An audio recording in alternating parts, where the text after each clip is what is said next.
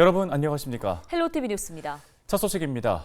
최근 수도권에서 전문 영농으로 나서는 청년들이 늘고 있습니다. 은퇴 세대들이 선택하는 귀농 귀촌과는 다른 모습인데요. 네, 도심 가까이에서 사업성이 있는 작물로 창업을 하거나 가족의 농장을 발전시켜서 확대하는 후계농까지 다양한 모습입니다. 이관성 기자가 전해드립니다. 인천 계양구의 한 농장에서 버섯을 재배하고 있는 26살 장현정 씨.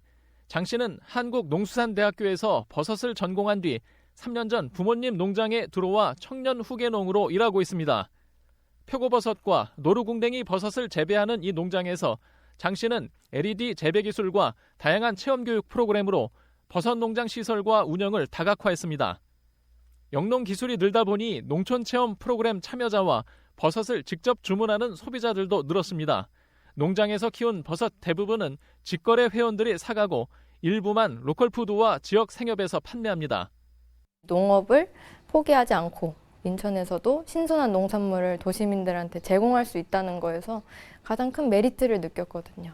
앞으로 제가 죽을 때까지 이 버섯을 제가 유통을 할 수 있다면 너무너무 행복할 것 같아요. 인천 남동구에서 딸기 체험 농장을 운영하고 있는 35살 최지혁 씨.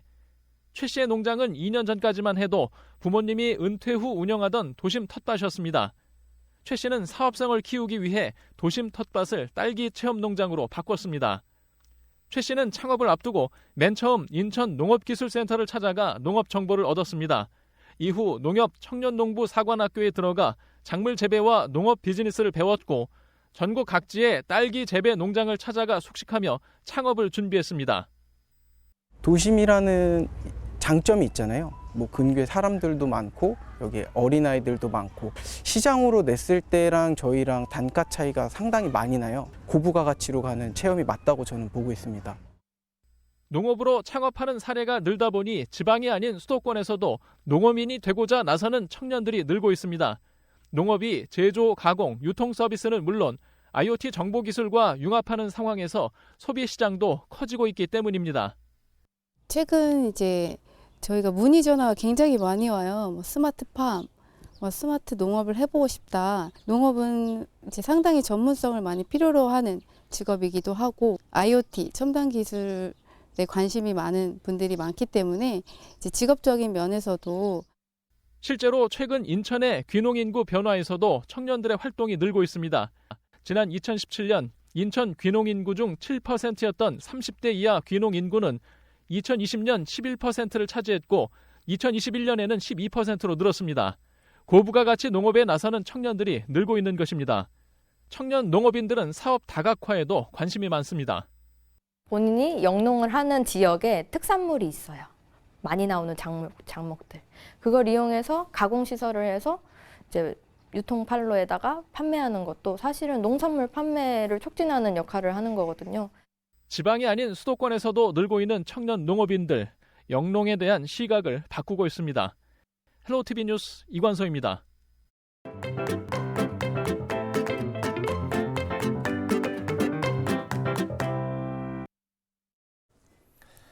고물가 비상입니다. 난방비는 폭등했고 외식 비용도 많이 올라서 지갑 열기가 무서운 요즘인데요. 경제적으로 취약한 소외계층들은 더욱 힘든 시기를 보내고 있습니다. 네, 이런 가운데 무료 도시락과 1,000원 식당 등 소외 이웃들을 위한 나눔 현장에서도 고물가 여파를 피부로 느낄 수 있습니다. 어려운 상황에서도 따뜻한 밥 한 끼를 짓는 사람들을 만나고 왔는데요. 기자가 간다 이재필 기자입니다. 네, 저는 지금 전통시장에 나와 있습니다. 3인 가족이 함께 먹을 저녁 거리를 사러 왔는데요. 과연 비용은 얼마나 들까요? 오늘의 메뉴는 삼겹살과 된장찌개입니다. 쌀과 삼겹살, 상추를 비롯한 채소, 두부 등 모두 더해 비용은 45,700원. 된장과 김치 등 밑반찬을 더하면 한 끼 상차림 비용은 더 올라갑니다. 2023년 1월 소비자 물가지수는 전년 같은 기간과 비교해 5.2% 올랐습니다. 특히 양파와 오이, 닭고기 등 일부 품목은 그 상승폭이 더욱 컸는데요. 여기에 난방비 폭탄이 더해지면서 서민 가게는 팍팍해졌습니다.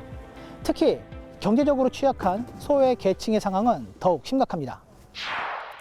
역전으로 사람들이 모여듭니다. 노숙인 등 소외 이웃들을 위한 도시락 나눔 현장입니다. 준비한 도시락은 모두 70개, 10분도 안 돼 동이 났습니다. 봉사자들은 요즘 무료 도시락을 찾는 사람들이 늘었다고 말합니다. 난방비 비용도 굉장히 올라가고 여러 가지로 아주 어려운 상황들이 이렇게 전개되면서 상대적으로 더 어려워지는 것 같고 또 낙심하고 그렇게 하는 사람들의 호소가 점점 늘어가고 있는 것 같습니다. 주방에서는 식사 준비에 한창입니다. 이곳은 천원식당 기운차림. 1,000원이면 맛있는 한 끼를 먹을 수 있습니다. 주요 고객은 홀몸 노인과 영세한 인접시장 상인들. 기운차림 역시 고물가 여파를 몸으로 느끼고 있습니다. 근데 앞으로는 이제 경기가 더 나빠지면서 더 인원수가 증가하지 않을까 그런 생각을 하고 있습니다. 순수한 어떤 지원금이라든지 후원금으로 이제 운영이 되고 있어요. 근데 그거 확보하는 것도 쉽진 않아요. 버섯 등 식재료가 식당으로 한가득 실려 들어옵니다. 고물가에도 1,000원을 유지할 수 있는 이유는 바로 지역 상인들과 시민들의 후원 때문입니다. 저희 지금 10년이 넘었습니다. 여유가 있어서 한 건 아니고 그냥 서로 부족하지만 조금씩이라도 나눌 수 있는 십시일반 정신으로 우리 상인들과 저와 함께 하고 있습니다. 이곳은 어려운 이웃들이 맘 편히 한 끼 식사를 할 수 있는 곳. 1,000원을 받는 이유는 이용자들이 부담 없이 떳떳하게 식사를 하길 바라는 마음에서입니다. 근데 너무 좋아. 진짜 우리들 서민들한테는 너무 행복한 거예요. 매일매일 같이. 이 돈 가지고 어디서 그렇게 잘 먹어. 항상 감사하고 고맙고 그래요. 정말 좋지요. 우리 시장 어르신들이 정말 싸고 맛있게 먹고 여기 기운차림에서 또 너무너무 맛있게 해주니까 우리는 더욱더 잘 먹고 있죠. 고물가에 많은 시민들이 힘들어하고 있습니다. 어려운 상황에서도 나눔 활동을 이어간다는 건 쉽지 않은 일인데요. 따뜻한 온정을 이어가는데 가장 큰 동력은 바로 시민들의 관심입니다. 기자가 간다. 이재필입니다.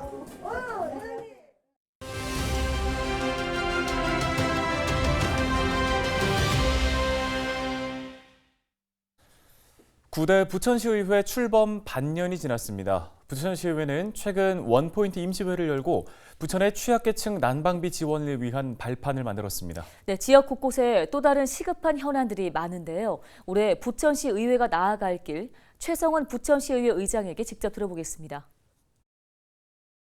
의원들은 현안에 대한 이해를 바탕으로 주요 안건들을 세심히 챙기며 부천시가 나가야 할 방향을 점검했습니다. 또한 의원들은 17건의 조례안을 발의해 시민의 삶을 조금씩 변화시키고 있습니다. 심도 있는 논의를 거쳐 결정된 시의 주요 정책들이 시민이 체감하는 성과가 될 수 있도록 지속적으로 점검하고 의원 개개인의 역량 강화가 의정 목표 달성으로 이어질 수 있도록 교육 기회도 많이 마련하겠습니다. 경제 전망이 밝지 않은 만큼 시와 손발을 맞춰 민생 경제 회복에 전력을 다하겠습니다. 올겨울 난방비 폭탄으로 취약계층의 시름이 더 깊어졌습니다. 우리 의회는 취약계층의 생존권 보호를 위한 난방비 지원의 뜻을 모아 지난 7일 원포인트 임시회의를 열어 난방비 지원 근거를 신속하게 마련했습니다. 대상자 지급까지 차질 없이 이루어질 수 있도록 잘 챙기겠습니다. 이외에도 기업 유치와 일자리 창출, 소상공인 지원 등 다방면의 정책이 올바른 방향으로 나갈 수 있도록 꼼꼼히 살펴보고 최선을 다하겠습니다. 의회와 시의 관계는 견제가 동반된 협력 관계입니다. 다만 무조건적인 요구가 아닌 건설적인 대안 제시가 될 수 있도록 의원들의 스스로의 역량 강화가 뒷받침돼야 한다고 생각합니다. 우리 의원들도 책임 있는 의정 활동을 펼칠 테니 시 또한 적극적인 업무 추진으로 부천시의 새로운 도약을 위한 발판을 함께 마련했으면 합니다. 두 명의 의원이 함께 사무실을 사용하다 보니 의정 연구 집중도가 떨어지고 민원 응대에 어려움이 있다는 목소리가 오래됐습니다. 시민 여러분께서 우려하시는 부분도 잘 알고 있습니다. 의정 활동에 전념할 수 있는 분위기에서 시민과 더욱 긴밀히 소통하고 정책 연구와 개발에 집중해 시민의 삶을 바꾸는 의정 활동으로 보답할 것을 약속드립니다. 원도심 주거 환경 개선에 크게 기여한 의장이 되고 싶습니다. 우리 시는 면적이 좁은 만큼 지역 내에 활용할 수 있는 자원을 최대한 활용해야 합니다. 대표적인 것이 체육관, 운동장, 주차장 등 학교 시설을 개방해 지역 주민과 상생하는 공간으로 만드는 것입니다. 이 외에도 시의 각종 개발 사업의 수혜가 우리 원도심 환경 개선으로 이어질 수 있도록 계획 수립 단계부터 꼼꼼히 살펴 원도심 지역 활성화라는 성과를 내고 싶습니다.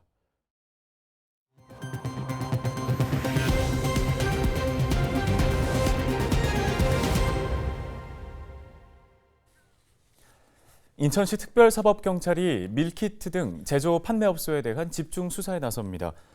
오늘 20일부터 3월 17일까지 한 달간 진행되는 이번 수사는 1인 가구 증가로 가정 또는 야외에서 한 끼 식사를 대체할 수 있는 간편식에 대한 수요가 지속적으로 증가하고 있어 식품 안전관리 강화 차원에서 진행되는데요.